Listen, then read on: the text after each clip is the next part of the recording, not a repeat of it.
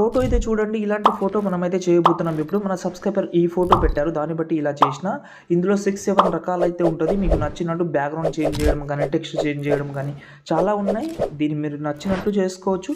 Last డైరెక్ట్గా నేను project అయితే ఇచ్చాను మీకు ఆ ప్రాజెక్ట్ కావాలంటే గూగుల్లోకి వెళ్ళి సంతోష్ ఆశ్రఫ్ అని సెర్చ్ చేసి సైడ్ అయితే ఓపెన్ చేసిన తర్వాత పైన సెర్చ్లో అయితే RCF 63 అని సెర్చ్ చేసి ఈ ఆర్టికల్ అయితే ఓపెన్ చేసి ఇక్కడ నుంచి మీకు అన్ని దొరుకుతుంది. బ్యాక్ ప్రాజెక్ట్ అయితే ఓపెన్ చేస్తున్నాను, అది కూడా మహేష్ బాబు సార్ది. ఓకే, ఇందులో ఇక్కడ చూడండి ఇలాగైతే ఉంటుంది.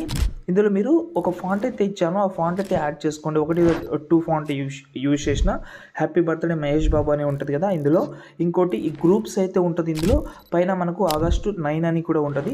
చాలా నీట్నెస్ అయితే ఉంటుంది. ఒకవేళ మీకు ఇలా నచ్చకపోతే ఇక్కడ మీరు ఇది రిమూవ్ చేస్తే మీకు ఇలా కూడా ఉంటుంది. ఇక్కడ చూడండి, ఇలా కూడా సూపర్గా కనిపిస్తుంది. చాలా రకాలు ఉన్నాయి.